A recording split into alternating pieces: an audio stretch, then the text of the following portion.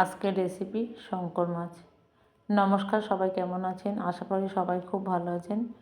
এখানে আমি 700 গ্রাম শঙ্কর মাছ নিয়ে নিয়েছি। মাছগুলোকে খুব ভালো করে ধুয়ে নুন, হলুদ এবং লঙ্কার গুঁড়ো দিয়ে ভালো করে মেখে 5 মিনিটের মতো রেখে দিয়েছি। 5 মিনিট পর আমি গ্যাস অন করে একটা কড়াই চাপিয়ে দিলাম। কড়াইতে আমি মাছগুলো দিয়ে দিলাম। মাছগুলো দিয়ে আবার মাছগুলো ভেজে নিচ্ছি। এটা আমার লোহার কড়াই, আপনাদেরকে আগে বলেছি এটাতে আমি মাছগুলো ভাজি।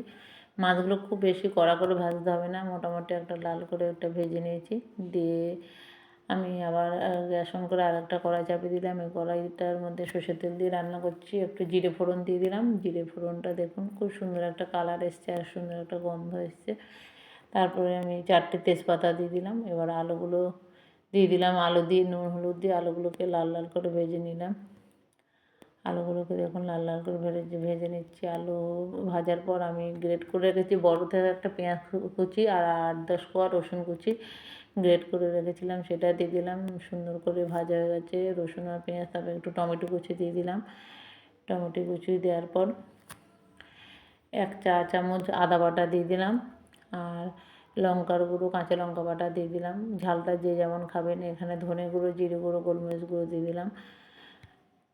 স্বাদ অনুসারে নুন দিলাম, হলুদ দিয়ে দিলাম, একটু জল দিয়ে দিলাম। এবার তরকারিটাকে আমি খুব ভালো করে কষাবো। মশলাটাকে আমি 8 থেকে 10 মিনিট একবার ঢেকে একটু জল দিয়ে কষিয়েছি। কষানোতে আমার অর্ধেক সেদ্ধ হয়ে গেছে আলু।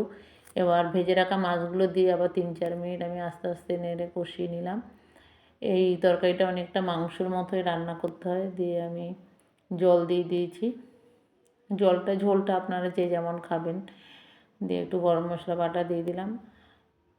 তারপরে আমি 8 থেকে 10 মিনিট রান্না করে নিয়েছি। দেখুন রান্নাটা আমার হয়ে এসছে। আর এই মাছটা না মাংসের মতো করে রান্না করতে হয়। দেখুন কালারটা কতটা সুন্দর হয়েছে, একটু তেলও বেশি লাগে। দিয়ে আমি তরকারিটা এবার নামিয়ে